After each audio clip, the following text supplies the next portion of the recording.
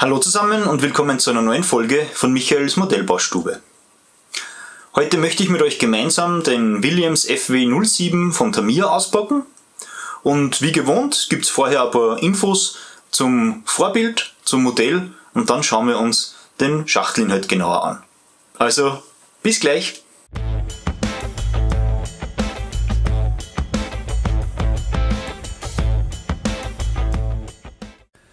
Motorsportfreunde unter euch, die wissen es ja schon längst, dass am 28. November der Sir Frank Williams im Alter von 79 Jahren verstorben ist. Für mich Grund zum Anlass, das heutige Auto daher etwas näher vorzustellen. Wer mit dem Namen Frank Williams nichts anfangen kann, hier jetzt aber ein kleiner Exkurs.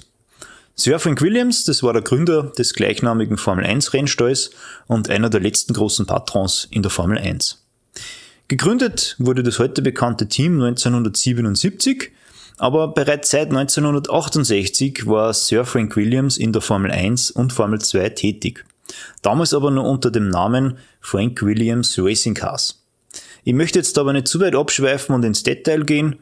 Kurzum, diese Ära war nicht sehr erfolgreich. Erst 1977, da war dann genug Geld vorhanden, um ein eigenständiges Team zu gründen. Und zu Beginn, da musste man aber noch mit Kundenautos fahren. Sprich, man bekam von einem anderen Rennstall einfach das Auto zur Verfügung gestellt und hat dann einfach seine eigene Lackierung drauf gemacht. Damals ging sowas noch ein bisschen einfacher wie heute. Erste Jahre darauf fing man dann an, eigene Autos zu konstruieren und einer davon ist eben der FW07 aus der Saison 1979. Und dieses Auto war bereits wie sein Vorgänger auf dem Prinzip des Ground-Effekts gestaltet. Wer sich da etwas näher informieren möchte, dem verlinke ich in der Videobeschreibung den Wikipedia-Artikel, der ist sehr lesenswert. Der FW07, der ist von Patrick Head konstruiert worden. Das war ein langjähriger Freund und Wegbegleiter von Sir Frank Williams. Und sein Fahrzeug basierte auf einem Aluminium-Monocoque in Verbundsbauweise, was bei den damaligen Autos eigentlich Standard war. Als Antrieb kam der bewährte V8-Motor von Cosworth zum Zug. Als Hauptsponsor konnte Frank Williams da Fly Saudia und einen gewissen Herrn Bin Laden an Land ziehen.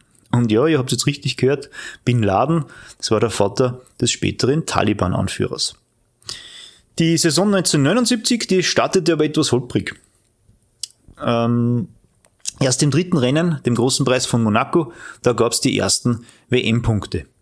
Im Großen Preis von Großbritannien in Silverstone, da hat das Fahrerduo bestehend aus Alan Jones und Clay Regazzoni dann so richtig auftritt.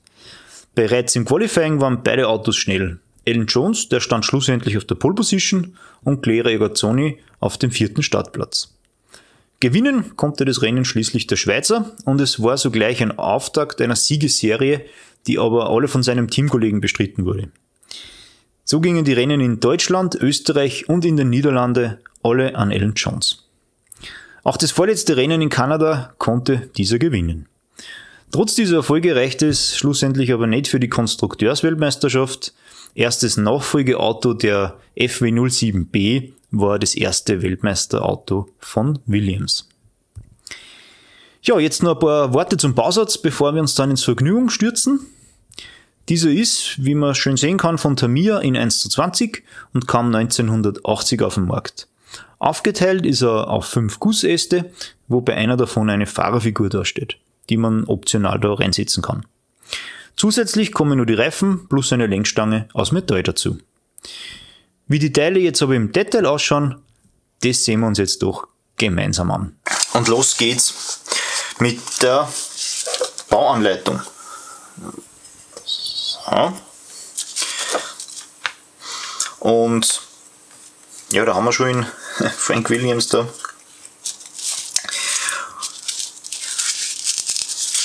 Und die älteren Semester unter euch, die werden jetzt wahrscheinlich ein bisschen nostalgisch und die Jüngeren werden sich fragen, speziell, ja, was soll das da? Wir haben ja schon bei älteren Bausätzen von Tamiya gesehen, dass hier neben dem eigentlichen Zusammenbau noch Bilder vom gebauten Modell oder von dem gebauten Abschnitt zu sehen sind. Somit hat man immer quasi eine kleine Referenz. Ja, und in 14 Bauabschnitten da geht es auch zum fertigen Modell. Da, Nummer 14. Und wie wir es von dem Hersteller gewohnt sind, da ist alles schön gegliedert und einfach zu lesen. Ja. Dann kommen wir jetzt aber mal zu den eigentlichen Bauteilen. Starten möchte ich da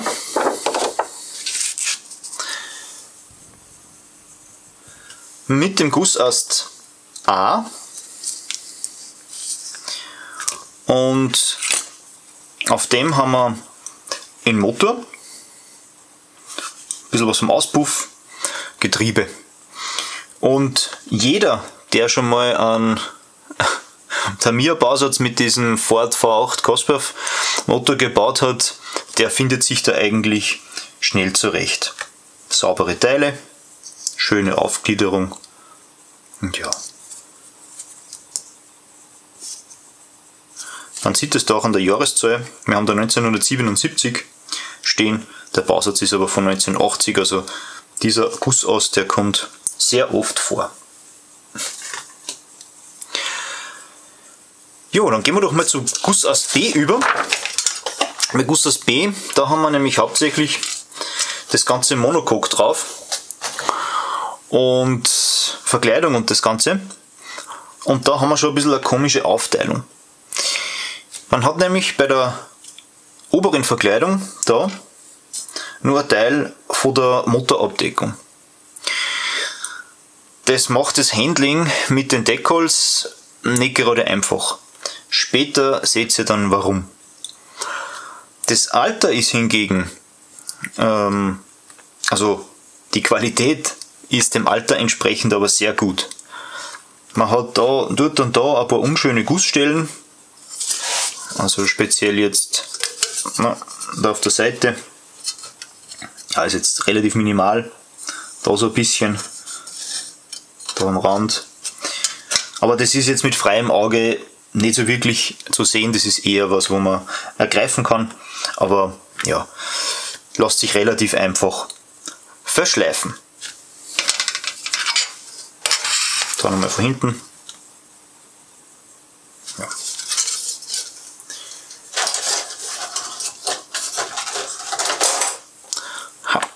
So, dann kommen wir mal zu C wie Chrom und da haben wir diesen netten Gussast, also Gussast C. Und ja, der ist wieder chrombedampft. Der ist jetzt schon ausgepackt, weil der nicht separat in einem Plastiksack drinnen ist. Der ist mit einem, ich glaube mit dem Gussast D, den wir nachher dann noch sehen, ist der in einer Tüte drin. Und ja, die mich kennen, die wissen jetzt natürlich, was diesem Gussast da bevorsteht. Der kommt nämlich in einen Backofenreiniger gebaut und wird später neu lackiert. Ist auch ein sehr, ja, schlimme Chrombedampfung. Wir haben da zum Beispiel auch einen ziemlich starken Gussgrad da am Überrollbügel. Und ja, das ist eigentlich fast der, das ist nicht der, da ist der Überrollbügel, Entschuldigung. Aber da ist auch ein ziemlich schlimmer Gussgrad. Also da muss man sowieso nur mehr nacharbeiten. Auch die Ansaugtrichter, das ja, ist eigentlich fast schon ein No-Go heutzutage, dass man die an der Seite da einen Anguss hat. Aber eben, wir sprechen da immer noch von einem alten Bausatz. Damals war das halt nicht Standard. Dann haben wir noch Gussast D. Der ist ein bisschen anspruchsvoller.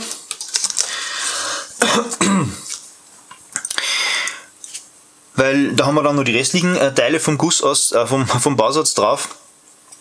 Bremsscheiben, Radaufhängung, Sitz, dann noch ein paar Teile noch vom Monocoque und noch vom Rahmen. Auch da ist die Gussqualität typisch, ja, 80er Jahre, aber auch typisch Tamiya. Wir haben solide und gute Spritzgussqualität, die natürlich ein bisschen an Nacharbeit erfordert, aber im Großen und Ganzen überzeugen kann. Ja, ich drehe das Ganze nochmal um. Wir haben auch die ganzen Auswurfmarken eigentlich dann nur auf der Rückseite sitzen.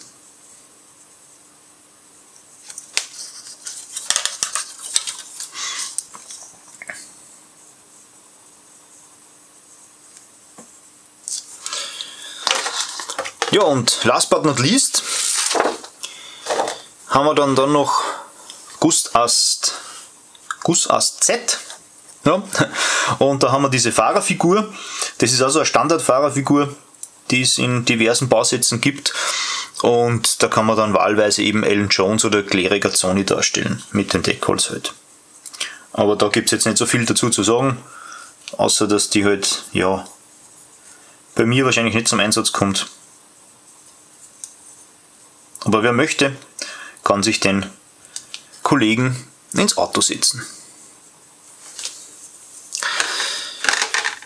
Ja, dann kommen wir noch zu den Reifen. Und da zoome ich jetzt noch ein bisschen weiter rein. Ich hoffe, dass man das dann gut sieht. Die entsprechen nämlich nicht mehr dem heutigen Standard. Ja, logisch. Sie sind relativ weich. Kann man aber mit einer Schaumstofffüllung, also wenn man da eben oder so einen Schwamm einfach irgendwie reinlegt, kann man sich da helfen. Dazu kommt aber noch, dass Tamiya bei den alten Bausätzen diese Reifenbeschriftung quasi auf den Reifen mitgegossen hat. Also wir haben da, was ist da drauf jetzt? Packen wir den aus. Ist ja ein Unboxing, nicht wahr?